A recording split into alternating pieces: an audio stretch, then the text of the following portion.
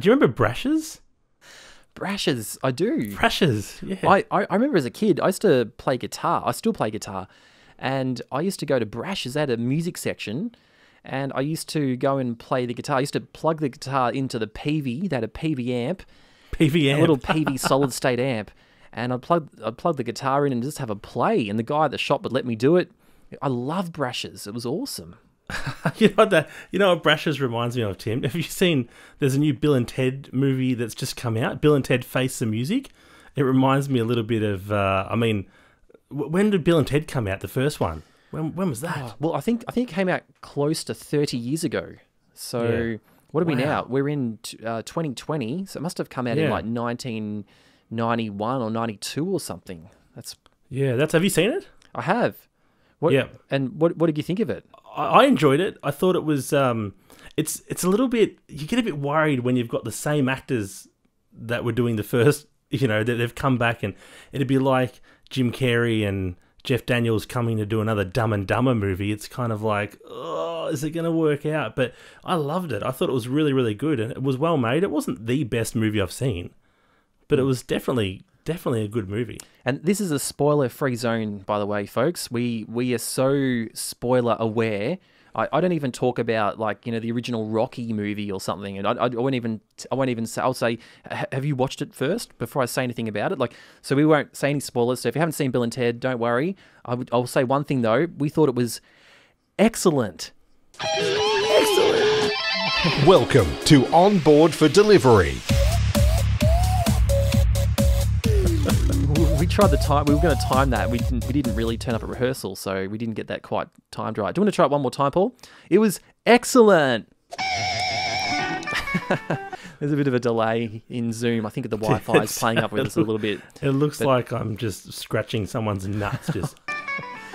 Yeah, if you know what I mean. And we might try to overlay some sounds of scratching nuts, or maybe even guitars. Maybe I'll play some guitar notes over the top of that. Yeah. No, it's not a bad movie though. I did enjoy it, but it's one of those things. But moving on from movies, Tim, I know that you used to play a lot of games when you were younger. You actually created a game at one point, a cricket game that I believe had a streaker from memory. That was your claim to fame. That was in grade 6. Yeah, that was we used Logo Writer. So it was more of an animation. So we used Logo Writer, which is a fairly basic way of programming. But yeah, it made a cricket ground, and the bowler came running in. He bowled the ball. It would bounce, go to the batsman. The batsman would hit it, and then the ball would go somewhere, and there would be a random score between 1 and 6. For cricket. And then at a random time, you'd have this pink, fleshy looking little stick figure just run across the screen. And I don't know where I got that idea from, but that was in grade 6. And then I went to high school, and just in the computer classes, we just learned how to type. So my primary school was really advanced with technology, and the high school was going back about 5 years, just learning how to type again. So yeah, that was a bit of a disappointment. It just, I was thinking about the old games that we used to play, and not much of a gamer these days. The games are completely different from when we grew up, but you start reminiscing about games that you used to play, and you touched a little bit about that on our last episode, talking about Red Alert and Warcraft playing with our dads. But what are some other games that you remember? I remember Commander Keen and Duke Nukem. Do you remember Duke Nukem? That was one of the best first-person shooters back in the day, and it's just, there's a new Duke Nukem. Is there a new Duke Nukem? No, Serious Sam coming out soon. That was another one of those games. But do you remember, what are some of the games that you remember growing up? Yeah, definitely Commander Keen. That was a platform game, 2D side-scrolling platform game. That was great fun. I remember playing that a lot. And yeah, Duke Nukem was more of the same. It was the same type of thing. I did go through a car racing. Screamer! Remember Screamer? Screamer. It does ring a bell. Screamer, and it was like an arcade type racing game. That was the first game that we had. A joystick for. You know how you used to just grasp the joystick in your hand and sort of move it all about. If you know what I mean. I know what you mean. Tim, I'm just going to put you on the spot here, Tim. Do you remember a game? I can't remember if you played it with Mark or not, but it was called Leisure Suit Larry. Do you remember that? Yeah, well, the front of the cover was like very provocative, but the game was like a cartoon, and we didn't know how to play it, and we could never figure it out. I'm sure Mark's dad knew exactly how to play the game, if you know what I mean. But in between playing X-Tree Gold and Windows Explorer and moving files around, I'm sure he knew what he was doing. If he's watching this podcast, he'd be shaking his head, going, "What are you guys doing? Come on, boys, Yeah. come on." That So immature, so immature.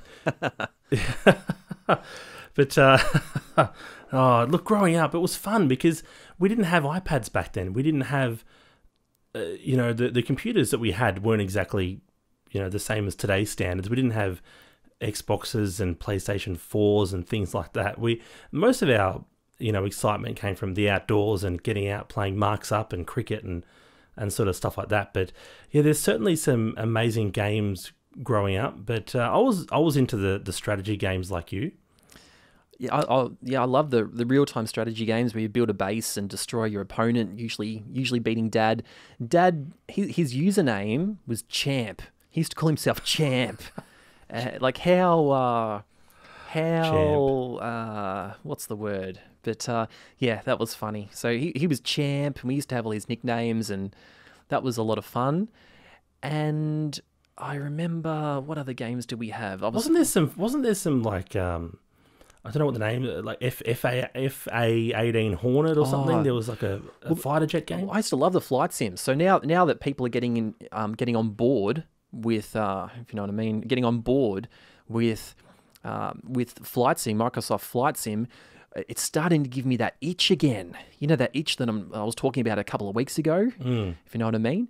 It's getting me that itch. I want to jump back into the cockpit and scratch that itch and basically get back into that flight sim. The graphics look amazing. Years ago, I used to play a combat flight sim called IF-22 Raptor. Oh, yes. So it was set over Bosnia, and what they did is they basically used the same technology. They would get satellite photos, and then they would get elevation maps and put the photos over those, so it looks like you're really flying over the real land, and it was realistic. I remember you used to fly a mission, you'd have to fly about 2 hours until you got to your target, and you could play it in real time. Just put it on autopilot. I'd go off and have something to eat, come back 2 hours later, and then okay, now I can bomb something. But I realized later on there's a fast forward button. You could just fast forward and just skip that whole section. You don't have to let the computer run for 2 hours. So I used to love playing those flight sims, and yeah, that was it. So now I'm starting to seeing all the footage, the great footage that Paul sent me. You can probably see it in the B-roll if we just display it right now. Just a flight sim, the latest flight sim, and it looks amazing. How are you finding the flight sim game at the moment, Paul? Yeah, look, something I was thinking about while you were talking, Tim, and I was just thinking, I love games where I'm not one of those gamers where you go around and just shoot people for fun and do that kind of thing. I love games where you can explore things and check out the sights. And because we can't fly at the moment because of COVID and things like that, getting an aeroplane and just cruising at a high altitude over these places, looking for your house and where you grew up and things like that is really exciting. But I was just thinking that, games have changed so much in the last 20 years compared to when we grew up. I remember growing up and we used to wait for this one game a year that would come on Christmas morning, and the game was, $99, and that was it. You buy it and whatever it comes with you get, and that's it. Nowadays games are free. A lot of games are free, but every time you want to buy something in the game, a skin or a new weapon skin or another item, or there's a new season of Fortnite that's been released, and they release a new set of skins, and you pay $15 for them and $15 here and $15 there, and before you know it, you've racked up $1,000 on a game that was free. Yeah. They've figured it out. They have figured it out. I'm not a fan of these subscriptions. Like I like the good old days where you used to just pay a cost up front, and that was that. You've got the game, you've got it in a box, and you just keep it there on your shelf, in your library. Yeah. So and every company's doing that. Like you look at even Adobe products and things like that. You can't buy that these days. You've got to rent it. Yeah. Per month. Yeah, no, it's ridiculous. I'm not a fan of the new world. I'm pretty much we're becoming these grumpy old men now, aren't we? So back in my day, we used to buy a game and used to have it in your CD collection. And back in my day, you used to buy a game and keep it. Nowadays, the kids get stuff for free, but they're paying so much more money. My money. Yeah. I'll tell you something else, Paul, that was much better back in the day. Wrestling. I know this is a tech podcast, but it just made me think of wrestling. And back in the... You're wearing a wrestling t-shirt, Tim. I am, the Rockers. Is that Marty Jannetty and Shawn Michaels? Yeah, it absolutely is. It absolutely is. So a shout out to Jason, Ryan, who are also big wrestling fans. It was something that we had in our childhood, and we still love it. It's still awesome. So wrestling was great, but back in the day, the golden era, back in the day of the Rockers, and when Hulk Hogan was doing his thing, Andre the Giant, great. and you had Gorilla Monsoon on commentary. Yeah, Brutus, a beefcake barber. Yeah, all those guys. It was the golden era of wrestling, and there was also back then it was also believed to be real. And you look at it now. It's not real. So, well, the thing is though, on that topic though, this is the thing. If you talk to a real wrestling fan, okay, so it's like they're stunts. Okay, so maybe the outcomes are planned, but they really are jumping from that balcony, landing down on their back on top of a person. Yeah. That really is happening, and they're really putting they're literally putting their necks on the line. And there's been a lot of bad accidents in the history of wrestling. So these men and women are really giving it their all, and they're doing these incredible stunts. So wrestling has been great. So that's it. And that reminded me of something while you were talking, Tim, is that I remember back in the day you got a book from one of your favourite wrestlers, what I would say a very strong wrestler, a very powerful wrestler. So there are, yes, there's stunts. Yes, it's not entirely, in every case, real, but they still are doing the things that you're saying. And arguably one of the strongest wrestlers of all time is Mick Foley. And you got a book, that he wrote, or an autobiography of Mick Foley. And obviously, being an avid wrestling fan, you must have that book stored somewhere in your house, maybe on a bookshelf, in a glass cabinet, or something like that. Where do you have that book stored? That's what I would like to know, Tim. Okay, but it's holding up my monitor. So it's holding up this monitor. It's basically mounting. So Mick Foley is basically mounting my monitor, if you know what I mean. So yeah, I know I knew exactly where you were going. So it's underneath your iMac there. Underneath the iMac, it's like to raise it up off the table a little bit. Basically, yeah, that's what it's doing. But yeah, so he'd probably have a store back. So wrestling was part of the childhood, as well as technology and games. I'm trying to think what other games we used to like as kids when it comes to technology. Do you remember any other games that we used to play? Well, I just want to touch on that wrestling one more time. I've got a mate of mine, shout out to Scotty, and he's a massive wrestling fan, and he's got this wrestling belt, like a proper championship belt. They're like $20 the or ones something? Sorry? They're like $20 or so. $700 I think he spent on it. I can't remember what ridiculous amount of money he spent on it. And I went to his house. This was back before lockdown. This was sometime last year. And he showed me this belt. And I'm like, this is just, who would want this? Then I'm like holding it up in the air, like, get a photo quick, like trying to be, I'm the best there was, the best there ever will be. I was doing the whole Bret the Hitman Hart thing. But it's just wrestling, although it's sort of more of it's designed, I suppose, more aimed at kids. It does help bring out the child in you. You can go to a wrestling match and have fun with your friends and family. But as for games growing up and things of that nature, other than strategy games and things like that, I did love the platformer games. One of my favourite games of all time, I tried playing it the other day. It was disgusting. It was the worst graphics I've ever seen in my life. But it was Wolfenstein 3D. So it wasn't even Wolfenstein. It was Wolfenstein 3D. and it was just you walk around. It's like set in Germany or something, and you walk around and there's Nazi leaders and they come at you and Vanko, and they like yell at you and then you've got to try and shoot them but you can't zoom in like you can with games today. You just got to shoot and hope it goes in their direction. And obviously the other one is 007. I remember we used to go next door and play James Bond over at the Carter's house across the road. Do you remember coming over there? I do remember that. I was if you know what I mean. Yeah, I do remember that. Yeah, there's some stories I don't want to go into. But yeah, that was great fun. That was great fun. Did you ever get into SimCity and like simulation building of cities and things like that? I know Mark. Shout out to Mark Tonkin. The shout outs are happening tonight. The sim builders. Sorry? SimCity, yeah, definitely. That was great fun. And you could cheat. You could cheat in SimCity. It was so easy to cheat. All you had to do was type in funds, FUNDS, and you get extra money. But I noticed that extra money. If you built the city too quickly, it would just turn into a disaster. You'd have crime, you'd have natural disasters. It would grow too fast for its natural ability.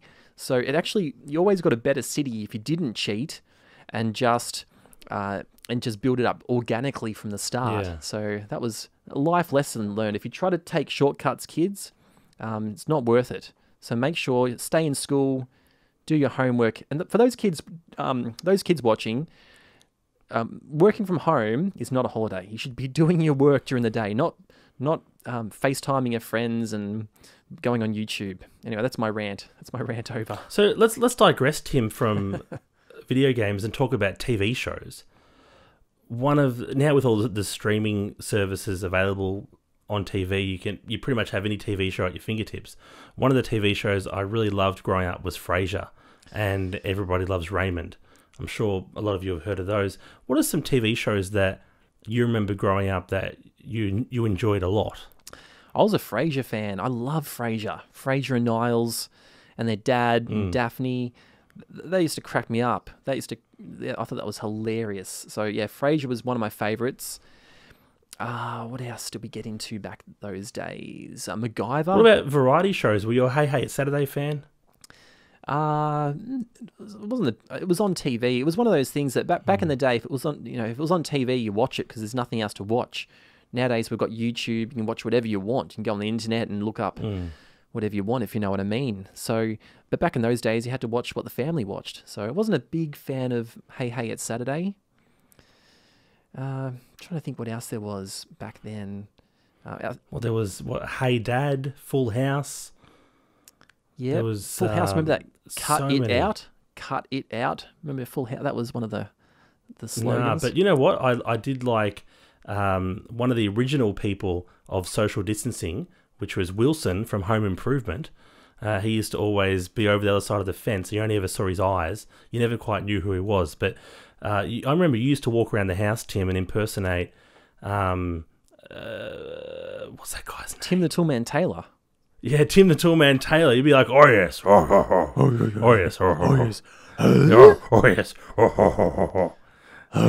Yeah, it was funny. I remember when that show first came out. So sitting down with the family, and Mum and Dad were getting into home repairs or whatever. What do they call it? Renovations at that time, and they thought it was going to be a fair income, renovation show. And it started off probably. I think the first scene was Tim and Al. Was it Al? Tim and Al. Al Borland. Al Borland. That's right. That's right. Yeah. And they're watching it and they're thinking, is this real or is this a sitcom or is it a home improvement show? They weren't quite sure. And that used to be hilarious. And actually, it just reminded me, Paul, Top Gear, my all-time favorite show of all time is Top Gear. Jeremy Clarkson, James May, Richard Hammond, basically three middle-aged guys acting silly, pretending to do a show about cars, but just talking about everything but. It's basically the inspiration for our podcast. Did you watch their I don't know if you called a sequel, but I remember they left Top Gear and they went and created a new show called Grand Touring or Grand Tour or something. The Grand Tour. Did you end up watching that? That was on Amazon. I did. I watched the Grand Tour. I love was it good? It was good. I prefer Top Gear, the original Top Gear, but it was the same show. They basically did the same show, and some of their jokes were a bit try hard, if you know what I mean. But it was, I love those car shows. Love the technology in cars. You know, that's one thing that has changed in the years. Now you've got Apple CarPlay and Android Auto, and I don't know what your experience has been, Paul, but for me, I'm not impressed because it lets me down. I could be driving. I could be trying to find that Tinder date, and halfway. This is pre-lockdown days, of course. You know, driving on the other side of Melbourne, trying to find that random Tinder date. And then all of a sudden, the sat-nav will just cut out, and I'll be on some highway driving 100 k's an hour, don't know where I'm going. So they just happen to be all the time, or, you know, not all the time. I don't go on that many Tinder dates, or did not go on that many Tinder dates. But yeah, so it lets me down, is what I'm trying to say. It lets me down. So Android Auto is constantly letting me down, if you know what I mean. Well, I had similar results with Apple CarPlay, but I've since found out that my phone was broken and I just got a new phone. But let's just segue into this little segment that I want to put forth onto you, Tim, and we'll finish the show on this either way. But it's If You Know What I Mean, and we're going to talk about TV shows and TV titles or actors within TV shows. So I'll get started on this, Tim, and say that I've got a hot date this weekend with my wife, so I'm going to do a bit of home improvement, if you know what I mean. I hadn't actually planned. We didn't actually plan this segment, so I've got no idea what to say here. I'm just going to think on the spot. But you know, the farmer wants a wife, but the bachelor wants a wife. That didn't work. Well, Tim, I'm going to have to get busy this weekend because I've got a full house, if you know what I mean. See, I reckon Paul planned this and prepared these ones. I haven't thought about this at all. I didn't at all. So I'm trying to. We'll probably end up cutting this out of the podcast. A complete mental blank. TV shows. So what is there? Do a bunch of jump cuts, Tim, because you're going to have to.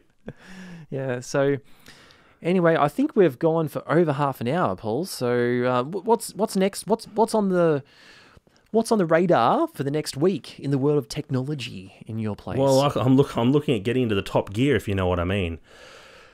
This week, now that I've developed the love for macro photography and I've worked out how to use my camera properly and the lens, now that I've put stabilization on, thanks to you, I'm going to do more of that because I was getting such poor results without the stabilization. I'm looking forward to going back into that scenario and taking more photos with that on. So that's my goal.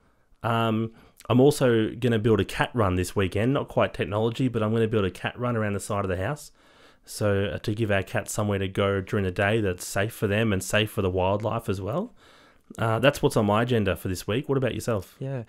Well, I'm really impressed, Paul, just on that topic, though, that the macro photography, it's really something that's really developing, whereas I struggle to keep focus, if you know what I mean, when it comes to photography. But for me, this next week, I am planning to do some more gimbal work indoors. Actually, the weather looks all right, so I might be able to go outside. We're in level 3 lockdown over here, so you can go for a walk out the front of the house. So I might do something outside, do some tests with false colors. I want to do some more testing with Cine 4 and S-Log picture profiles on the Sony, which can give you more dynamic range in the shots, so you can get more bang for your buck. So I might do a bit of that over the coming week. So that's, so just really nerdy stuff. I'll edit the podcast. Just, that's pretty much... What a riveting topic to end the podcast, Tim. Cine Log and H-Log and gimbals and... Hold on. Okay. Now, I think you need to... Please edit that out. I think you need to do an S-Log right now, Paul, if you know what I mean. We'll edit that out. Oh, that was hilarious, but we'll have to edit that out, unfortunately, I think. That stinks so bad.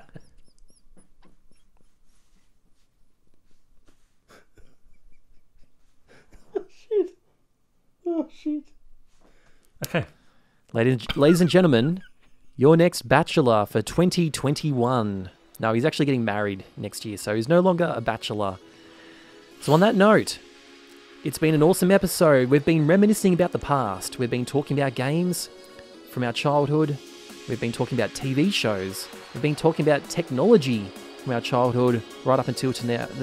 Right up until whenever I try to do something that sounds serious, I just get tongue-tied, if you know what I mean. So on that note, from Onboard for Delivery, it is good night. All right, that's a wrap.